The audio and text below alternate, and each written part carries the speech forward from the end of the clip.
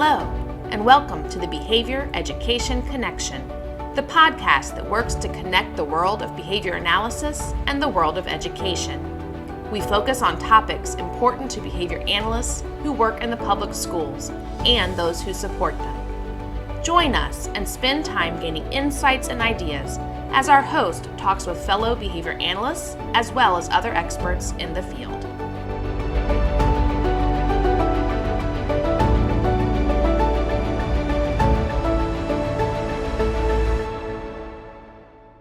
Hello, welcome back, listeners. Welcome to the Behavior Education Connection. I'm your host, Dr. Selena Layden, and I am excited today to be joined by India Watts-Graves. Hi, India. How are you? Hi, I'm doing very well, thank you. Do you mind giving a better introduction to yourself to our listeners? Yes, my name is India Watts-Graves, like you said, and I am a licensed behavior analyst. My title in Loudoun County Public Schools would be Coordinator of Specialized Behavior Supports. And India, how long have you been practicing as a school-based behavior analyst? I have been a school-based behavior analyst for almost 16 years. Thank you for aging me a little bit, Selena. Well, you started when you were like 5, right? So you're good. Yes, right, exactly. But the first part of that was 8 years in a private school setting, and then I moved on to the public school setting after that.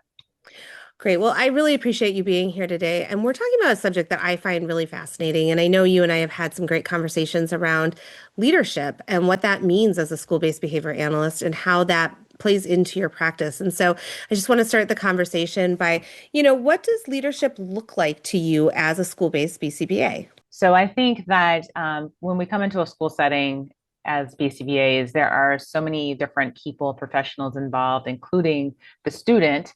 And if we look at our ethical code, we see that, all of those individuals really qualify as our clients. So I think a good leader can take inventory of all of those different players.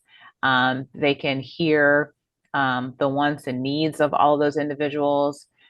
So a good active listener, you're kind of listening and paying attention to all those things. You have to be able to clearly prioritize all of those things and then look at what each different person has to offer to that situation. Each professional has their own lens, so you have to be open. You have to be flexible, of course, because everybody has their area of expertise, and some people might have a stronger personality or stronger thoughts about what should or shouldn't be done in a situation. And I think the BCBAs, we kind of have this knack in general, I think, kind of have to be like the glue and bring all those pieces together. So I think you have to just be open, communicative, collaborative as a leader. And then you kind of lead in that way, showing people how we can take all these different pieces and actually fit this puzzle together.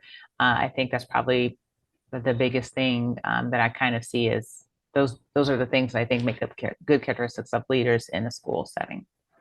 So, I don't think that as a BCBA, we're always directly taught those leadership skills. I mean, I think some of them about communication and some of that perhaps, but, conceptualizing yourself as a leader and what does that mean? How do you think about yourself as a leader and how has that developed over time? Because I don't think that's something that happens one day either. Definitely, you are absolutely correct in that I actually never thought of myself as a leader for many, many, many years in the field. I did a lot of private placement setting stuff before this, and I never considered myself a leader. Actually, I had the thought that a lot of people have that a leader is just the person that's like the supervisor or the boss, right? They're the leader, like they're the ones who do all the things. And it wasn't until someone introduced me to John Maxwell, like not in person, but just like just like a book of his, or I heard him speak, or there was something of John Maxwell, and I can't remember the exact time, but that like he kind of really made me think about leadership differently and like what it should be, because I definitely had experiences where there were like people who were my supervisors, who I would definitely call my boss because they, a little bit micromanagey, and I do not like that. I do not do well under that situation because as a lot of us BCBAs, we have some, interesting characteristic traits. Like we are, a lot of times you can tell us what the issue is, and like we're going to find all the things and we're going to get it done, right?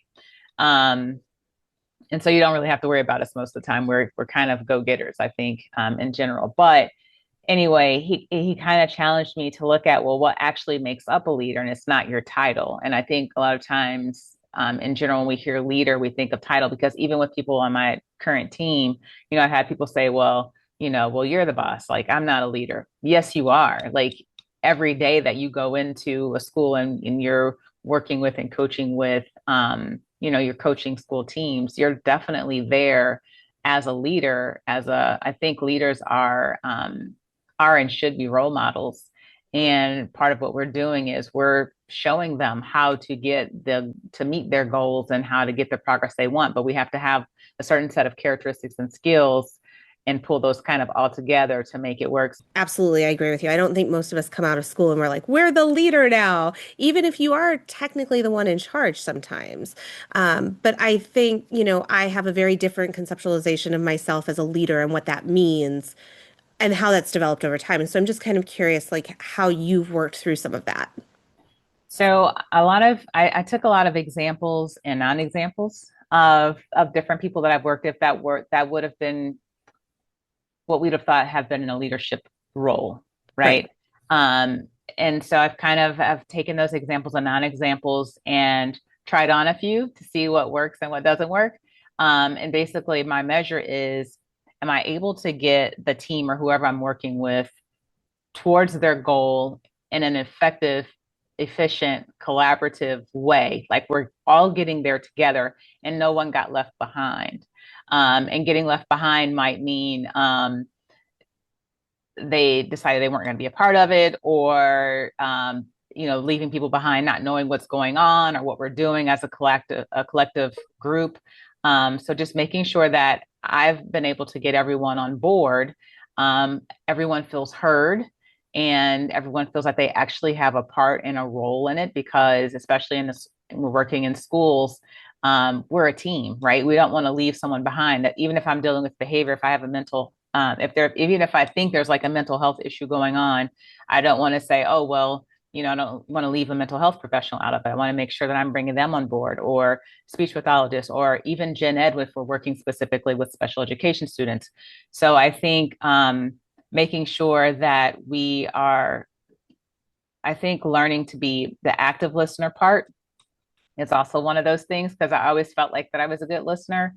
But I also know that in my younger days as a BCBA, I would listen and I would keep it all in my head, right? So I take information and things from everybody and I keep it on my head, and then I'm working and I'm getting it done and I'm reaching the goals. But I found over time that actually it works much better, and it is much more collaborative when I'm getting those pieces and I'm also communicating the information that I've taken in, and the processes that I'm going through with the other people that are involved, because it helps build buy-in, it helps build trust, which is very important as a leader.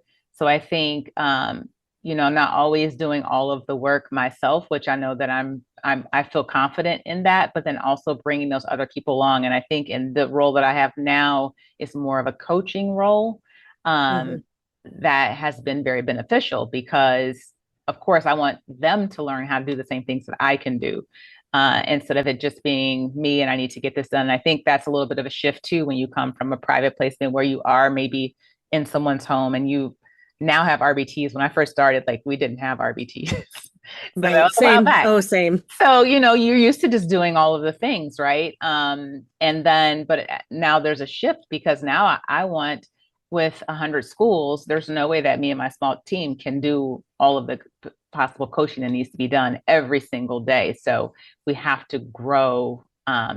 We have to grow. We have to expand our knowledge and help other people learn how to do those same things. So um, I think that's how I see it now, is that I've gone from this position of kind of taking sole ownership of trying to make sure these things are done. And over time, seeing the benefits too of helping other people to do the same thing that I can do, because then it's like, I know it's like roots underground, right? Like, you just keep growing the connections.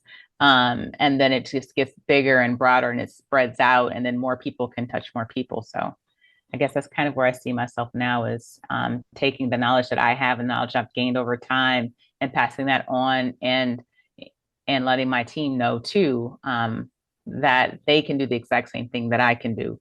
and showing them how to do that through my actions, but then also through teaching. Yeah, and I think one of the things you mentioned that I want to hone in on, so, our field is still relatively young, frankly. We have a lot of new certificates that come out every year that get certified, which, yay, you go through this program. It's a lot of work. It's a lot of work to get your supervision, and then you finally get certified and everything's exciting. And now you're kind of on your own in a lot of ways.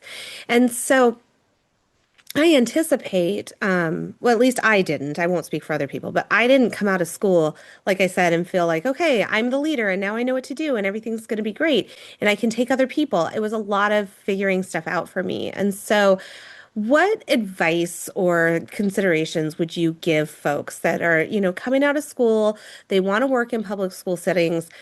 Because the reality is, everyone in a public school setting really needs to be a leader in their own role. It doesn't mean everyone needs to be the boss, but everyone needs to take that ownership and leadership role.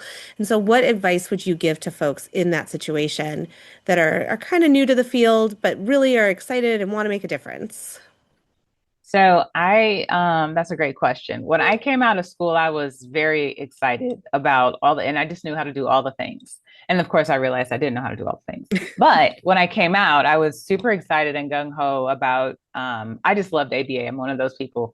And so I just wanted to do it. And I wanted everybody to have the same excitement that I did. And I quickly Right. realized that there were a lot of teachers who did not have the same excitement because unless it meant that I was going to fix whatever the problem was.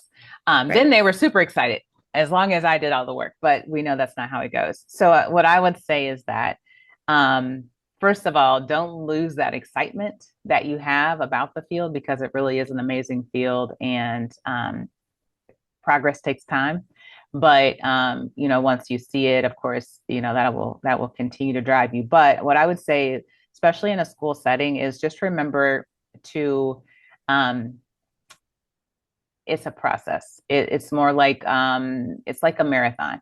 And it can even be a half marathon, but it takes time to build relationships, trust, and buy-in. And I think first and foremost, especially in a school setting, that relationship piece is super important. And it's definitely not something that you learn about in when you're getting your certificate or your master's program or wherever you've gone to school. At least when I was in school, they didn't not talk about building rapport with with the people that you're coaching, the people you're working with. And as we know, working with teachers, short of fixing whatever the issue is for them, or resolving all of their problems, we really don't have a lot of reinforcers for them. We're not their supervisors. We can't make them do anything. Can't make anybody do anything, but we can't make them do anything. And we can try to convince them all day long that what we're saying is going to work. But without that rapport and without a relationship with them, you're not going to get very far and it's going to, it will frustrate you. I definitely have been there when I've known, especially in my younger years, when I'm like, I know this will work.